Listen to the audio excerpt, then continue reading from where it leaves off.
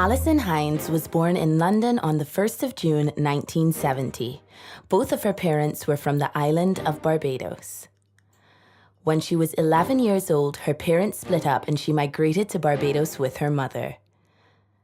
Alison dove into modelling in her younger years, but when it was time to choose between the stage or the catwalk, the stage won. My uncle was here. One of my uncles, my great uncles actually, he was living in the US at the time. And he would come to Barbados on vacation, like for some months. So one year he came and I expressed to him, I wanted to do modeling. And because I guess, we were just kind of in conversation kind of thing. And I told him that was one of my interests. So he went back up to the US and I didn't think about it anymore. And then about 2 weeks later, not much longer, about 2 weeks later, he called my mom and he told my mom, I got Alison enrolled in modeling school.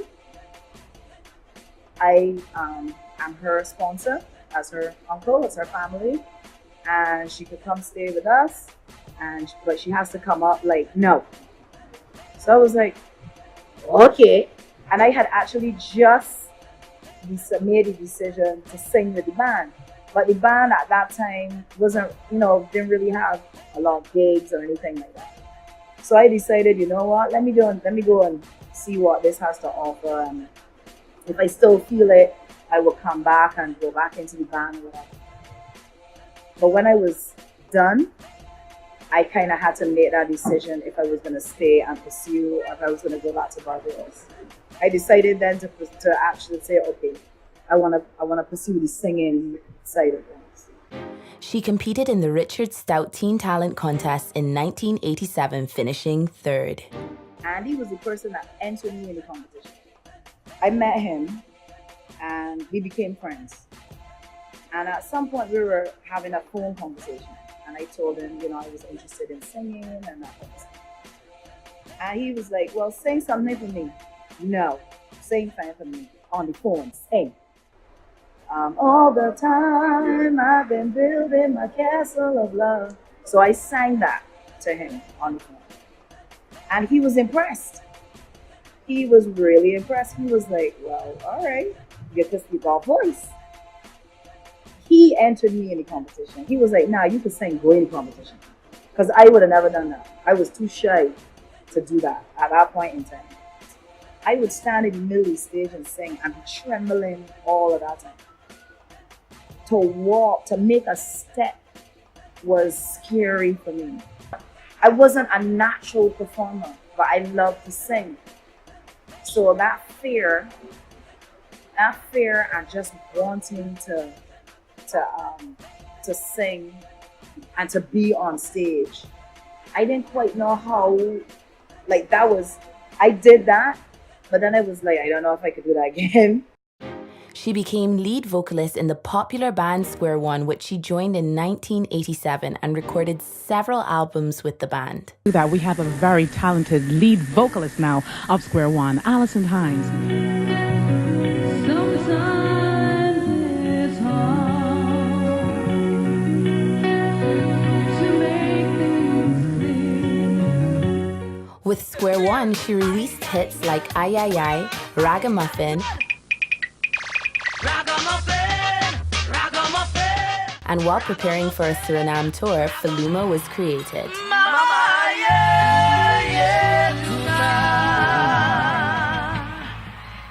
But they sent this song to us. And I was like, I don't know what language this is. I don't know what this song about. It was this.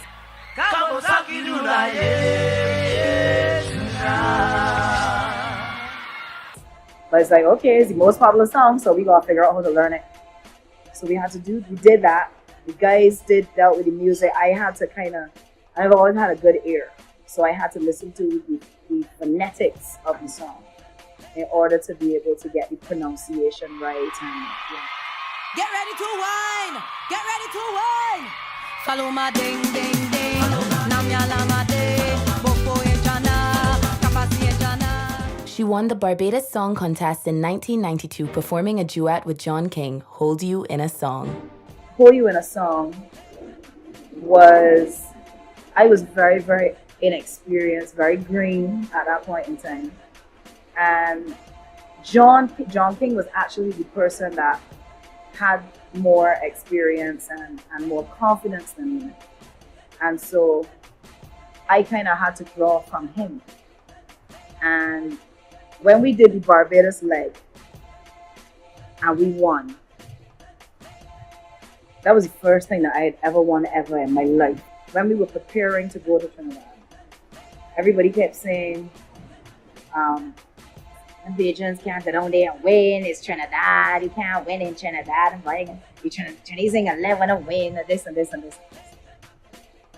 And I remember John said to me, very matter of factly, Alison, we get over Trinidad and win this thing on Trinidad. I was like, okay. Don't turn away. I don't think I can make you someone else. I want you to stay. I don't know if I'm strong enough to get away. Look into my Ragamuffin won Road March in 1996. She took 2 more crowns in 1997, winning Road March again with the song In the Meantime, which also won Party Monarch. She was then known as the Queen of Soca. With Ragamuffin, I didn't like the song to begin with. I did it. I did not. Terry had not too long joined the band. And we were recording that year our annual album, because Square One would record an album every year. And Terry said to me, all right, Alison, I'm going to write a song for you. You need to do like a party song. You need to do it. I was like, okay. So he came up with Ragamuffin.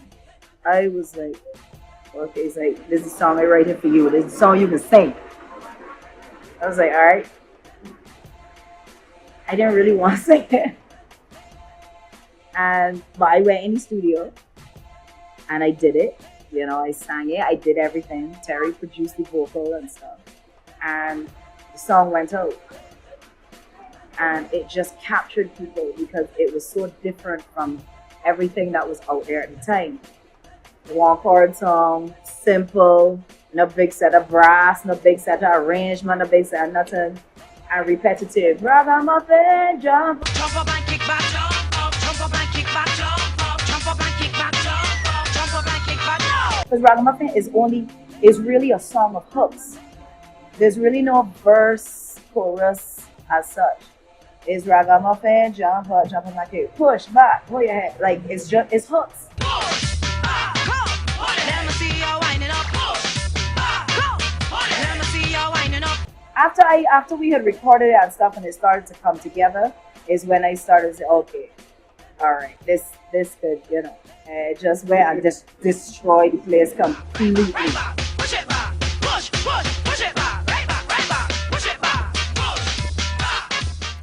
Tons of arguments arise about her music being promiscuous, but Alison expressed in previous articles that she describes it as sensual and her job is to be an artist. It was, you know, we leading astray the youth and music is this and the music is that and whatever.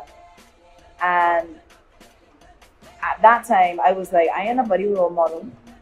This is my job. This doesn't fully define who I am. This is just a part of what I do. She parted ways with the band in 2004 after her daughter Saharan was born. Alison returned to the soca scene with the hit song Roll It Gal.